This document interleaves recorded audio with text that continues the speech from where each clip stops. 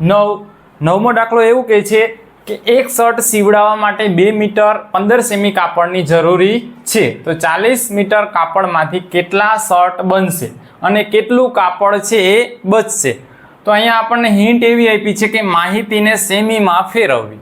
તો અહીંયા એક કાપડ સીવડાવવા માટે આપણે કેટલું કાપડ જોઈએ? આપણે એક શર્ટ સીવડાવીએ વિદ્યાર્થી મિત્રો, તો એના માટે આપણને 2 મીટર અને 15 સેમી કાપડની જરૂર પડે છે। હવે આપણી પાસે જે કાપડનો આખો ટાંકો છે એ કેટલાનો છે? તો કે 40 મીટરનો છે। તો હવે એમાંથી આપણે કેટલા શર્ટ સીવડાવી શકશું અને છેલ્લે જે થોડું કાપડ બચશે એ કેટલું હશે? તો આપણે શું કરીએ કે પહેલાં તો આપણે માહિતી છે એને સેમીમાં ફેરવી નાખીએ, એવું આપણને હિન્ટમાં આપ્યું છે। તો આપણે જવાબ લખીએ। હવે એક શર્ટ સીવડાવવા માટે કેટલું કાપડ જોઈએ? તો કે 2 મીટર અને 15 સેમી।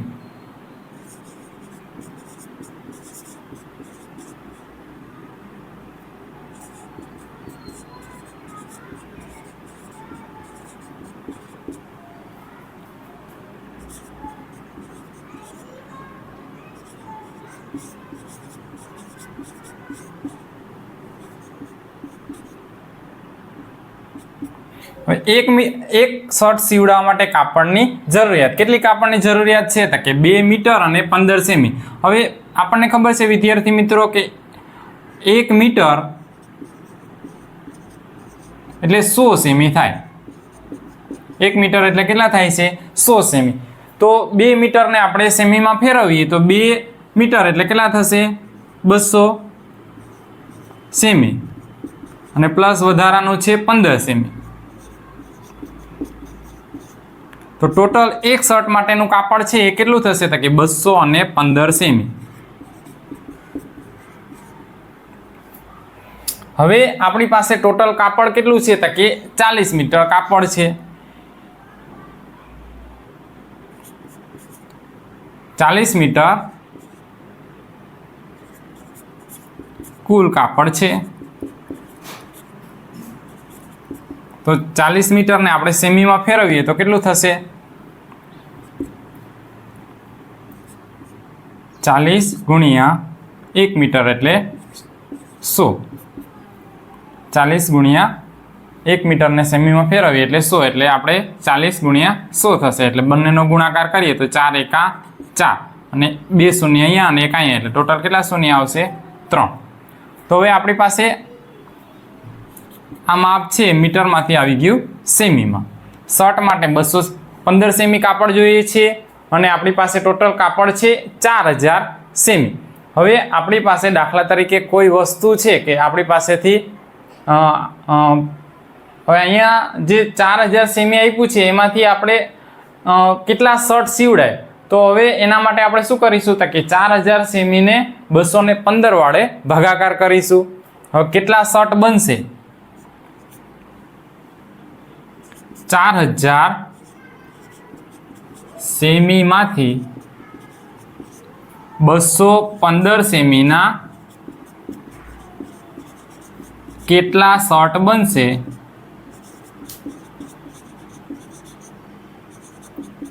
તે માટે આપણે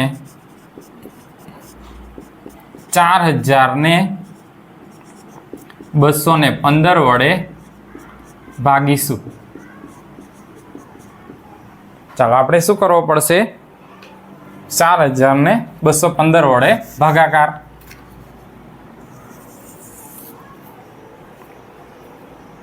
તો 4000 એને ભાગ્યા 215।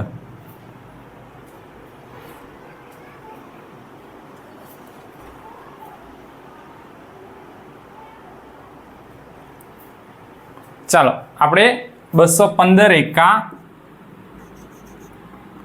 215। ચાલો 400 માંથી 215 જશે, અહીંયા આવશે 3, અહીંયા આવશે 9 અને અહીંયા આવશે 10। 10 માંથી 5 જાય તો 5, 9 માંથી 1 જશે એટલે આવશે 8 અને 3 માંથી 2 જશે એટલે આવશે 1। ચાલો 185। હવે આપણે ઉપરથી ઉતારીએ 0। તો હવે આપણે ભાગ ચલાવીએ તો 215 8 વડે ભાગ ચલાવીએ એટલે 215 ગુણ્યા આપણે 8 કરીએ. 8 પંચા 40 નું શૂન્ય વધી 4, 8 એકા 8, 8 ને 4 12 2 વધી પડી 1, 8 દુ 16 ને 1 17. 215 ગુણ્યા આપણે 8 કરીએ એટલે આવશે 1720. તો આપણે 8 વડે ભાગ ચલાવીએ 1720.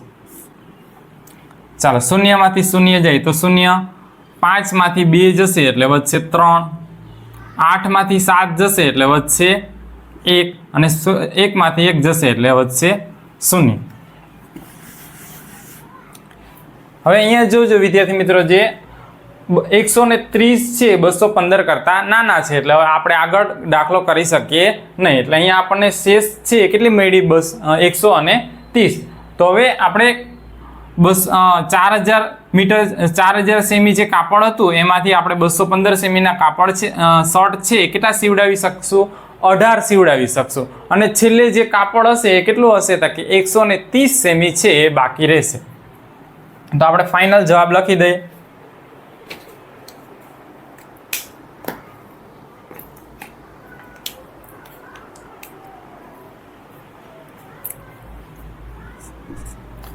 શું કીધું કે કાપડ 40 મીટર કાપડમાંથી કેટલા શર્ટ બનશે? તો આપણે લખીએ કે 40 મીટર કાપડમાંથી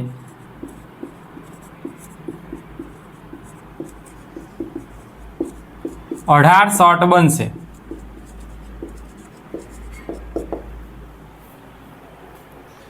અને પછી શું કીધું? કેટલું કાપડ બચશે? તો કેટલું કાપડ બચશે? તો કે 130 સેમી. 130 સેમી કાપડ બચશે.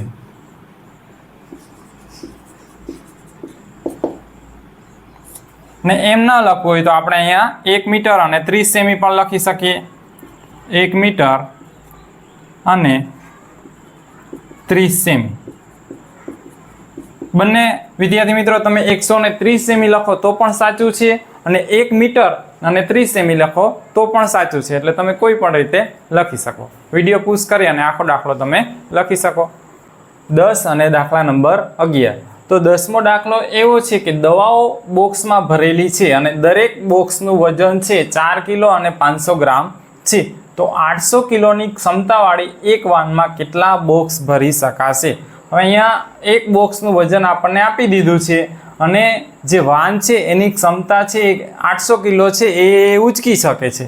તો હવે એમાં આપણે કેટલા બોક્સ મૂકી શકીએ એ આપણે ગણતરી કરવાની છે. તો એ માટે આપણે જવાબ લખીએ દાખલાનો.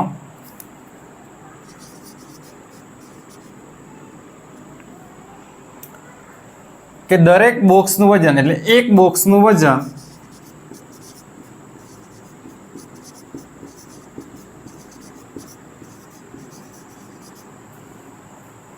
4 કિલો અને 500 ગ્રામ છે.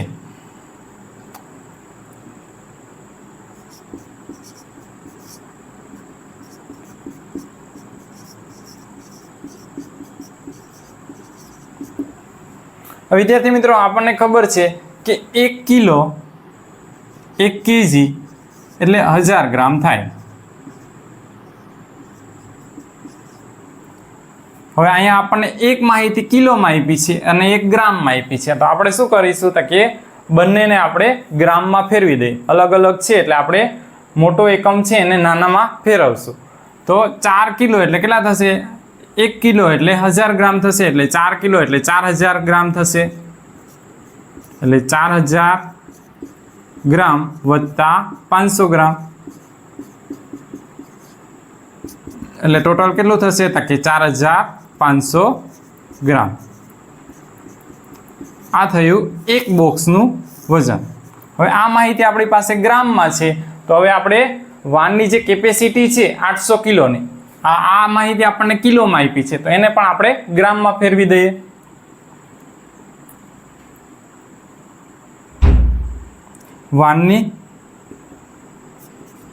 વાનની ક્ષમતા 800 કિલોની છે.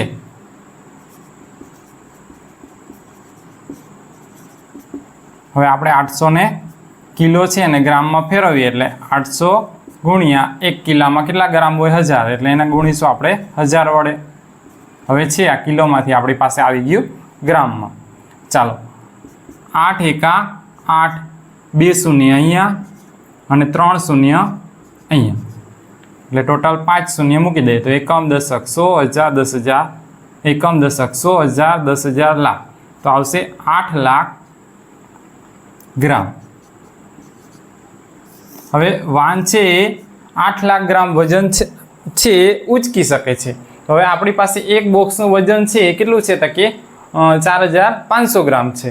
તો હવે આપણે 8 લાખને 4,500 વડે ભાગીએ તો આપણે એમાં કેટલા બોક્સ સમાઈ શકે એ આપણે ગણતરી કરી શકીએ. હવે આપણે 8 લાખને 4,500 ગ્રામ બોક્સની સંખ્યા લખીએ. સમાઈ શકતા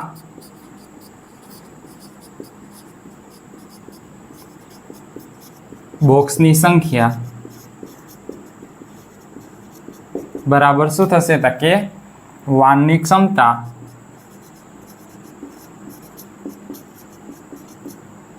અને બોક્સનું વજન, એક બોક્સનું વજન.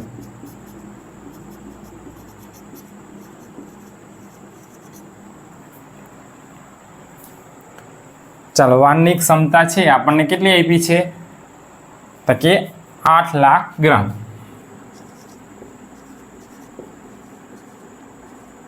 અને એક બોક્સનું વજન આપણને મળ્યું 4,500 ગ્રામ. હવે જે સમાન શૂન્ય છે એ આપણે ઉડાવી દઈએ. અહીંયા ભાગ ચલાવીએ તો 9 5 45 થશે અને અહીંયા જોઈએ તો 80 ને જોઈએ તો કેટલા થશે તો કે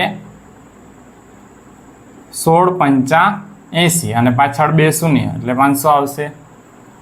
આપણે 500 ને નથી આપવા પણ 1600 આ 16 ને આપી દઈએ 2 શૂન્ય એને ગુણ્યા 5 કરીએ એટલે 5 5 નીકળી જશે. એટલે હવે આવ્યા આપણે 1600 છેદમાં 9 તો આપણે 1600 ને 9 વડે ભાગવું છે. 1600 ભાગ્યા 9 9 એકા 9 9 દુ 18 એટલે વધી જશે એટલે એક વડે ભાગ ચલાવીએ. 9 એકા 9 16 માંથી 9 જશે એટલે 7 ઉપરથી ઉતારો શૂન્ય.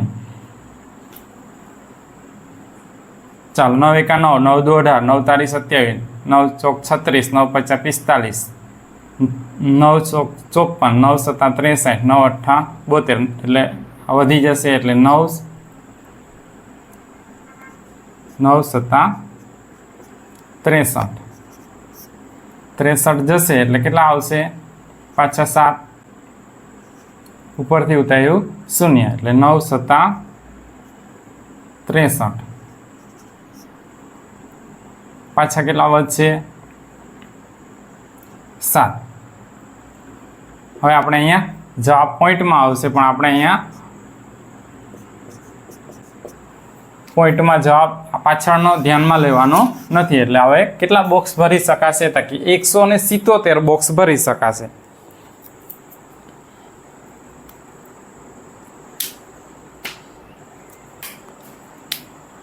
હવે જો દવાઓ બોક્સમાં ભરેલી છે અને બોક્સનું વજન છે 4 કિલો 500 ગ્રામ આપ્યું છે. 800 કિલોની ક્ષમતાવાળી એક વાનમાં કેટલા બોક્સ ભરી શકાશે તો આપણે લખીએ કે એક વાનમાં 177 બોક્સ છે એ ભરી શકાશે. વાનમાં 177 બોક્સ ભરી શકાશે. ચાલો આપણે બોક્સની સંખ્યા મળી ગઈ.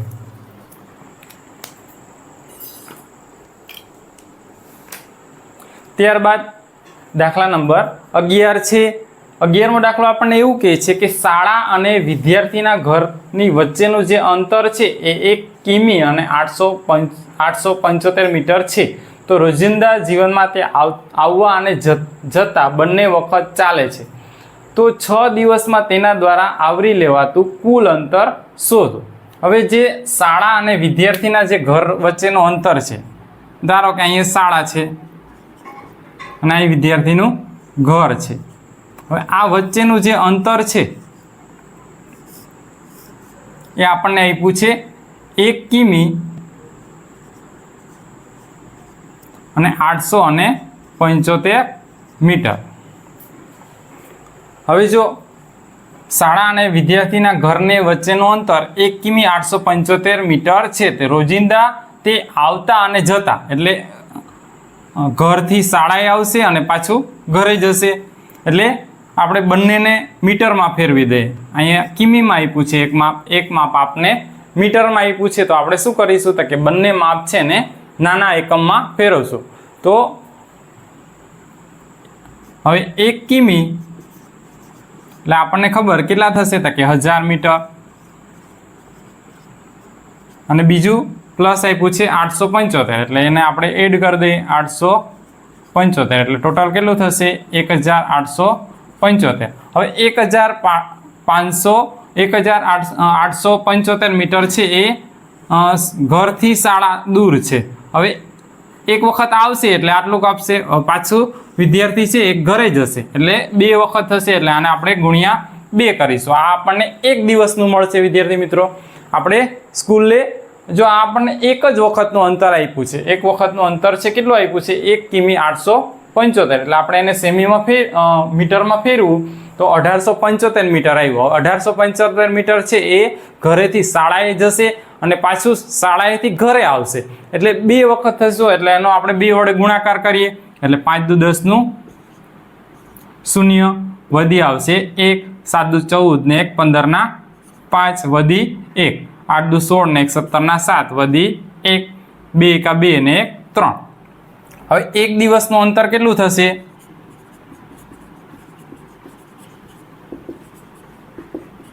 એક દિવસનું અંતર થશે 3750 મીટર.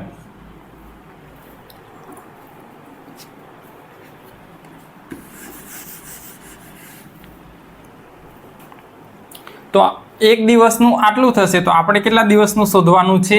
6 દિવસમાં તેના દ્વારા આવરી લેવાતું અંતર. તો હવે 3750 મીટરને આપણે 6 દિવસ, હવે 6 દિવસ ચાલશું એટલે આનો 6 વડે આપણે ગુણાકાર કરવો પડશે.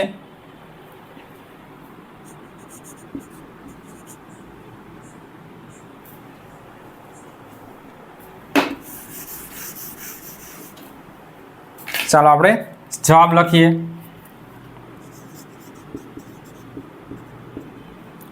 કે વિદ્યાર્થી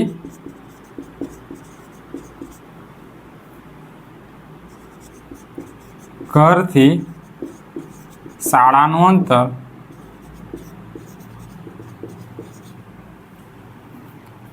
1 કિમી અને 875 મીટર છે.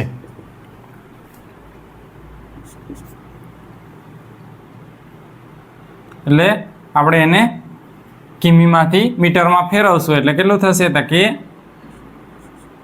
1000 મીટર પ્લસ 875 મીટર, એટલે ટોટલ થશે 1875 મીટર.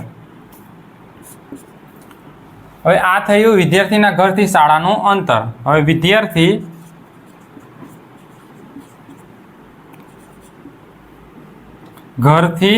ઘરેથી શાળાએ જશે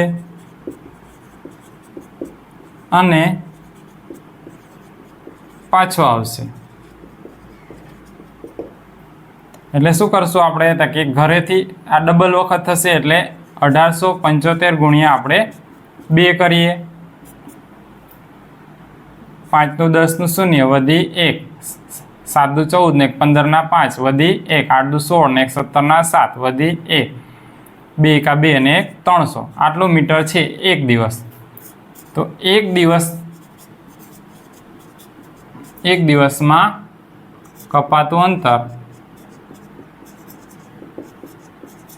3750 મીટર છે. તો 6 દિવસમાં કપાતું અંતર બરાબર 6 ગુણ્યા 3750 મીટર. તો આપણે શું કરીશું તો કે 3750 નો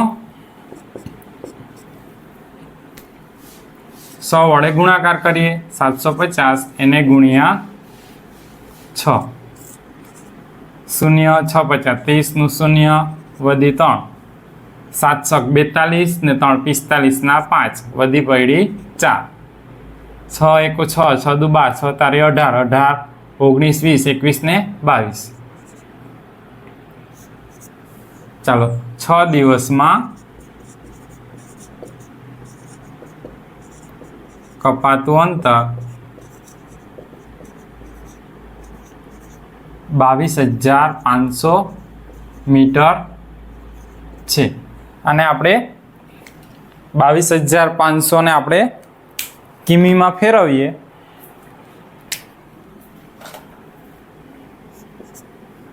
તો